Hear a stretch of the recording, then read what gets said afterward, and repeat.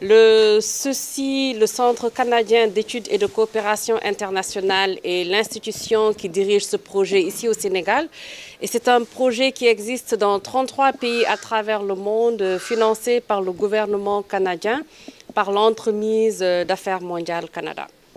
Cette rencontre est absolument stratégique pour nous, pour le projet Voix et Leadership des femmes au Sénégal, qui compte 25 organisations partenaires, dont le réseau Siggil Jigéen. Nous sommes vraiment honorés de nous retrouver dans les locaux du réseau Siggil Jigéen et de nous baser sur l'expertise avérée de cette institution pour pouvoir renforcer les capacités de nos organisations partenaires sur les questions de plaidoyer. Mais il faut dire que cette rencontre est un suivi d'une rencontre que nous avons eue en octobre dernier, rencontre au cours de laquelle nos organisations partenaires, en tout cas les réseaux qui portent le plaidoyer dans le cadre de ce projet, s'étaient réunis pour identifier en tout cas les thèmes prioritaires de plaidoyer. Il y avait une étude qui avait été menée pour montrer les différentes difficultés auxquelles les femmes font face à travers le Sénégal, identifier les lois discriminatoires à l'égard des femmes et des jeunes filles et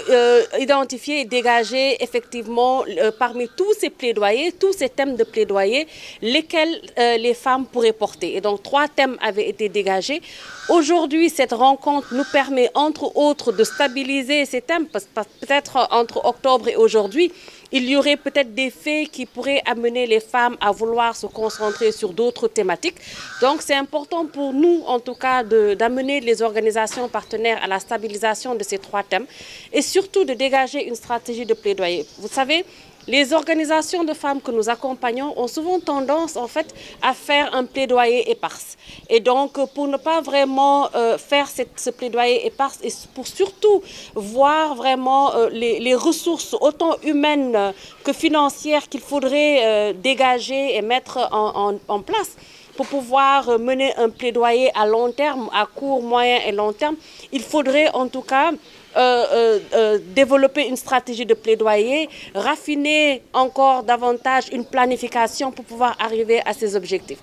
Un autre élément que nous sommes en train d'essayer d'atteindre aujourd'hui, c'est en plus de ce plaidoyer-là, quels sont les décideurs stratégiques que les femmes devraient atteindre, à qui elles devraient parler, qui devraient être leurs interlocuteurs. Quels sont également les forats qu'elles devraient cibler pour pouvoir y aller et parler à ces interlocuteurs-là. Parce qu'en plus, on se rend compte, j'ai parlé tout à l'heure de plaidoyer éparse, on se rend également compte que souvent les forats ou les lieux qu'il faudrait saisir pour pouvoir vraiment se mobiliser, à la limite voyager pour rencontrer les décideurs, les femmes n'ont pas très souvent tendance à cibler ces forats dans l'ensemble. Je ne dirais pas toutes les femmes, nous savons qu'une organisation comme le réseau Siggil Jigéen est experte dans les questions de plaidoyer, mais dans l'ensemble, les organisations en synergie devraient travailler à cibler ces décideurs, cibler ces forats pour pouvoir dessiner une stratégie pour atteindre leurs objectifs. C'est donc là l'importance de cette rencontre qui réunit autant de manière physique qu'à travers Zoom,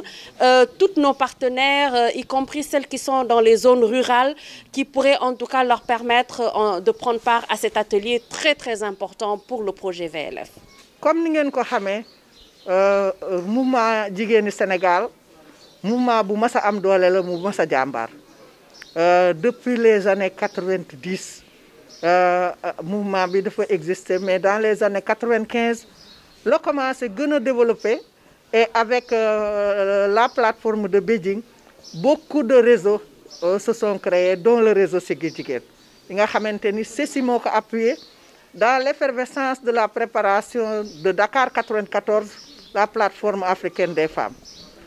Réseau Siggil Jigéen, dans le contexte boobu la juddu et li muy viser la promotion et la défense des droits des femmes. Et dans ce contexte, nous avons vu que l'outil que nous devons utiliser pour que nous puissions régler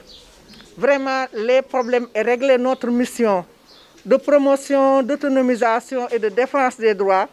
il nous faut nécessairement maîtriser l'outil de plaidoyer. il nous faut nécessairement maîtriser la gestion des organisations. Alors ci loolu la ñu teg stratégie ci biir réseau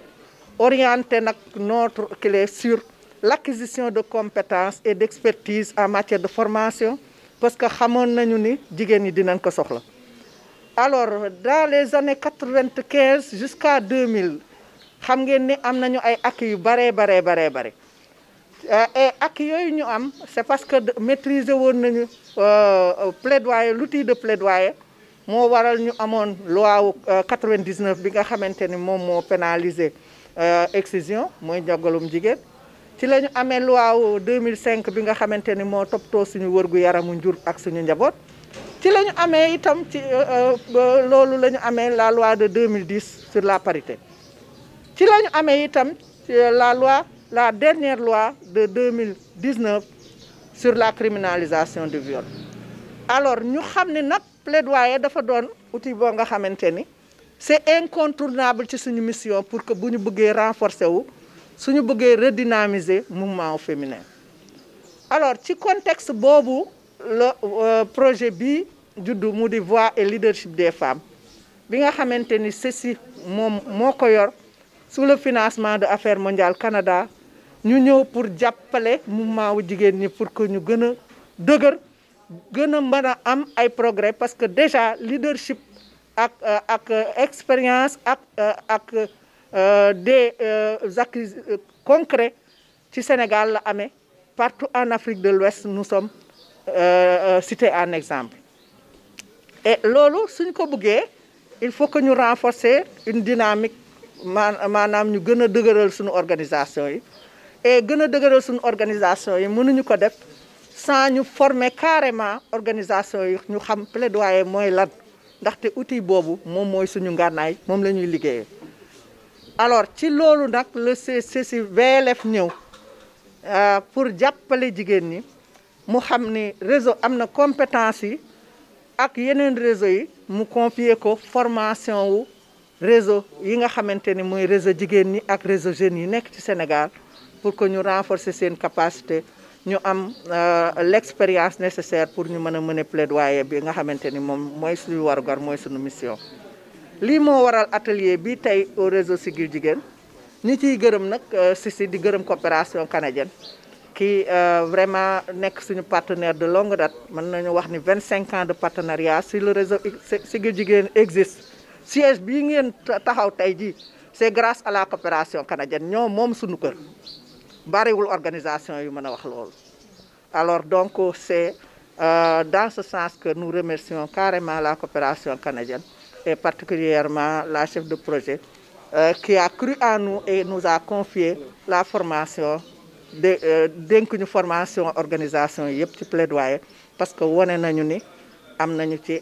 xarañteef am nañu ci pexe ndax am nañu ci ay résultats. lii moo waral tey jii suñu jotaayu tey bi ñuy former réseau de femmes et réseau de jeunes yi ci plaidoyer.